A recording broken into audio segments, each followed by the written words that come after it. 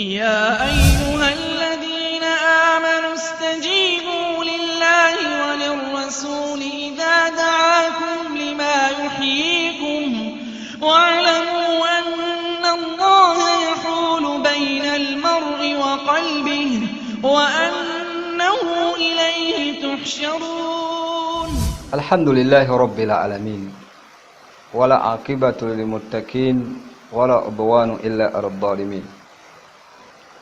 أحمده سبحانه وأشكره، أشهد أن لا إله إلا الله وحده لا شريك له، وأشهد أن محمدا عبده ورسوله وصفيه من خلقه وحبيبه، صلى الله عليه وعلى آله وأصحابته أجمعين. إخوة الكرام، السلام عليكم ورحمة الله وبركاته. Atenderezebwa Allah subhanahu wa ta'ala lubeerera matendo gatenda nago Allah gatendebwa nago ge matenda amajjuvu agatali mbukembe.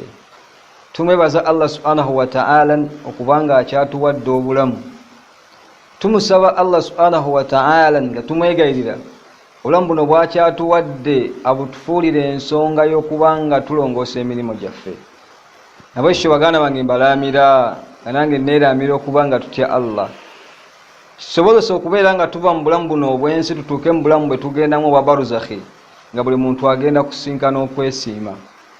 Nabwekyo baganda nga ebitiibwa, njagadde twejjukanye ku kigambo ekiyitibwa ashiriki. Ekiyitibwa shiriki huwa swarufu shay'a, kwe kukyusa ekintu kyonna min anwa'il ibada nga kyokyusizza kigwa mu muteeko gwa kusinza Allah ila ghayrillah, n'okikolera ekitali Allah, fakad ashrak. Buli wokyusa ekintu kyonna ekiyingira mu muteeko gw'okusinza Allah n'okikolera ekitali Allah, fakad ashrak, omaze okubeera nga ogatta ku Allah. Kibola nti abantu we beegatta ne beegatta ku kintu bakola ekiyitibwa sharika, niba nga bakitalase ku kintu kye baba bagenda okukola. Kati kibola nti ayitibwa omushiriku abeerera ddala ng'asinza Allah. Omushiriku ya'budullah, asinza Allah nga w'osinza. Omushiriku asaala nga w'osaala, ali mu Ramadani nga w'oli mu kusiiba, agenda mu hijja omushiriku nga abantu bonna bwe bagenda. Naye ya'budullah, asinza Allah, wa ya'budu ghayrihi, n'asinza n'ekitali Allah. Oyo mushiriku, mu kusinza kwe akugatta. Asinza Allah n'abeera ng'ate mu kusinza kwe agattamu ekitali Allah, nakyo n'abeera ng'akisinza. Amakulu agabanya okusinza. Omushiriku okusinza kwe akugabanya, asinza Allah n'asinza n'ekitali Allah, oyo ayitibwa omushiriku. Tulabe nti ekiyitibwa shiriki huwa swarufu shay'a, kwe kukyusa ekintu kyonna min anwa'il ibada, ekiyingira mu muteeko gw'okusinza Allah, kubanga ekiyitibwa ibada buli muntu akimanyi. Ekiyitibwa ibada kimanyikiddwa, linnya ismu jami'un likulli ma yuhibbu Allah wa yarda, likuŋŋaanya byonna Allah byayagala era ng'abisiima. Biyinza okuba nga bigambo oba nga bikolwa, biyinza okuba nga byeyoleso oba nga byekweso, kyekiyitibwa ibada. Kati buli wookyusa ekintu kyonna ky'ogambye nti eno ibada n'okikolera ekitali Allah, fakad ashrak. Kebe swala, osobola okujja n'osaala nga tozze kusaala ku lwa Allah. Ibada y'eswala n'ogikyusa n'ogisaala nga togisadde ku lwa Allah, fakad ashrak. Mbaka sallallahu alaihi wasallam atunyumiza abasajja babiri. Njagala kukulaga ku bubi obuli mu kugatta ku Allah. Ogatta ku Allah naye kaba akantu nga kali shay'an, nga kanyoomoofu nnyo, kakutuusa mu maaso ga Allah ng'ogenda kuyingira omuliro. Mbaka sallallahu alaihi wasallam anyumya abasajja babiri, n'agamba nti dakhala aljanna arrajulu fi dhubab, sajja yayingira ejjana lwa nswera. N'agamba nti wa dakhala annar, omusajja owokubiri n'ayingira omuliro fi dhubab, lwa nswera. Basahaba ne bamugamba nti kaifa ya rasulallah, batunuulira enswera nga kintu kya wansi ekiyinza okutubeera nga kituusa omuntu okufuna ejjana ya Allah, n'abeera ng'omuntu ono ayingira omuliro gwa Allah nga lwanswera. Bamugamba nti kaifa ya rasulallah, kijja kitya okubanga omuntu ayingidde mu jjana nga nswera, omuntu n'atuuka okuyingira omuliro nga nswera? Mbaka sallallahu alaihi wasallam n'abanyumiza n'agamba nti marra rajulani ala qaumi lahum sanam, sajja babiri baali batambula nga bali mu lugendo ne basanga paatulo, naye nga paatulo eyo bannannyini kugiteekawo balina essanamu lyabwe, era nga paatulo eyo okugiyitako la yujawizu ahadu illa liyukarribu lahu shay'an, nga toyinza kuyitawo okujjako ng'oba ne kyosaddaase ng'okisaddaakira essanamu ly'abannannyini paatulo eno. Kati mbaka sallallahu alayhi wasallam atunyumiza ng'agamba nti faqaalu li ahadihima, bannannyini paatulo wano bagamba omu ku basajja bano abali mu lugendo ne bamugamba nti karrib, ne bamugamba bane kyowaayo, bane saddaaka gy'okola ng'ogikolera essanamu lyaffe lino. Sajja yabagamba nti ma indi shay'un ukarribu, tumu ndi musajja munaku, sina kintu kyonna kye nnyinza kuwaayo. Ne bamugamba bannannyini paatulo nti karrib walau dhubaba, ne bamugamba nti waayo newandibadde nga kyowaddeyo nswera. Nswera kintu kinyoomoofu bw'oba okitunuulidde, kibula nti ombaka Allah akiyingiza mu aya n'agamba nti ya ayuha nnansi, abange mmwe abantu, dhuliba mathalun fastami'ula, egamba kubira ekifaananyi naye mukiwulirize. N'agamba nti inna alladhina tad'una min dunillah, bonna abasinza ebitali Allah nga babyesigamira bye basaba, yagamba lan yakhluqu dhubaba, yagamba nti w'okuŋŋaanya bonna abasamize n'abo abasinza byonna ebitali Allah, Allah yabakuŋŋaanya n'akulaga obunyomoofu bwabwe, n'agamba nti tebasobola kutonda nswera. N'agamba Allah nti walau jitama'ula, naye babadde nga batukuŋŋaanye wamu tebasobola kubeera nga batonda enswera. N'agamba nti enswera neweebanga ezze mu lukuŋŋaana lwabwe neeba nekyebajjako, la yastankidhuhu minhu, ate bo tebasobola kigijjako. Kati kiraga nti enswera ya wansi. Allah yakuba ekifaananyi ky'abasinza ebitali Allah ng'akikubidde ku nswera. Walillahi limathalul a'la, ebifaananyi byonna ebyebbeeyi ebyewaggulu obisanga eri Allah. Kati yalaga nti abasajja, ombaka atunyumiza abasajja, omu ayingidde ejjana lwa nswera, omulala n'ayingira omuliro lwa nswera. Omusajja omu bamugamba nti karrib walau dhubaba, waayo newankubadde ng'owaddeyo nswera.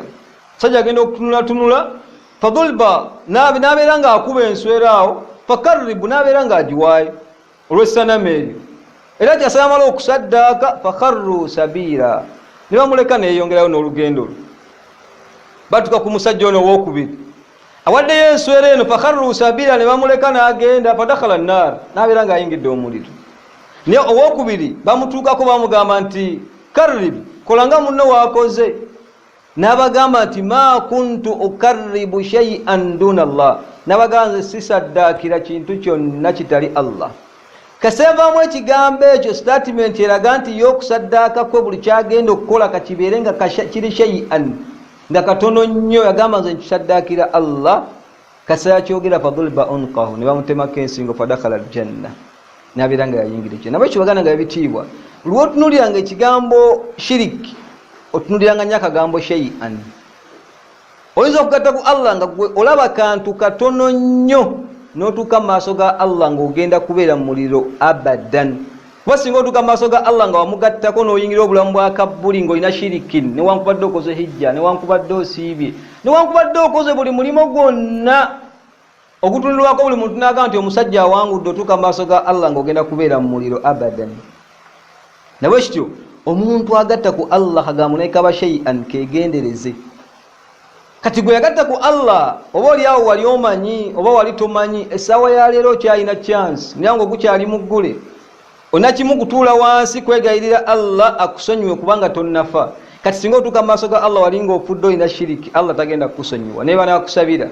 Kibula nti Allah subhanahu wa ta'ala yagamba nti ya buna Adam, tuwange gwe omwana Adamu, innaka law ataitani, yagamba nti singa onajja gyendi nze yakutonda, n'agamba ng'ozze bikurabil ardi khataaya, ng'ozze n'amazambi gajjuza ensi.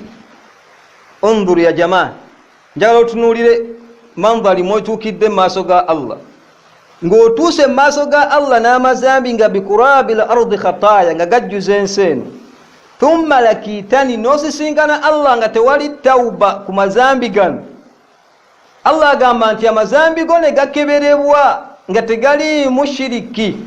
Yagamba Allah nti la ataituka bikurabiha magfira, yagamba nze ngenda kukusinkana eyakutonda nga ngenda kukwolekeza kukusonyiwa.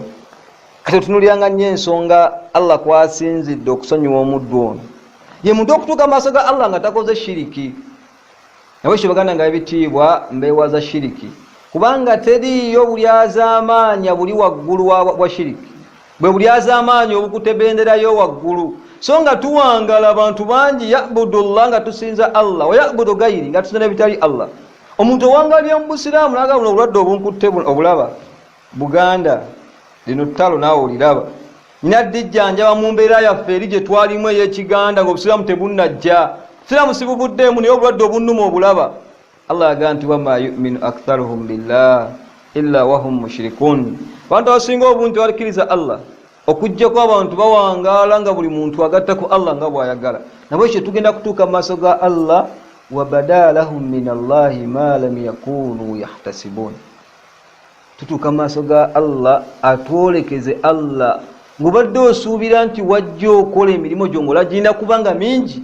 Tuke maaso ga Allah nga tewali, wazimba emirimu gye wazimba gyonna ng'ogikola osinziira wabweru wa busiraamu. Nabwekyo baganda nga bitiibwa, obusiraamu ekikulu kubeera ng'otunula nnyo kwokolera.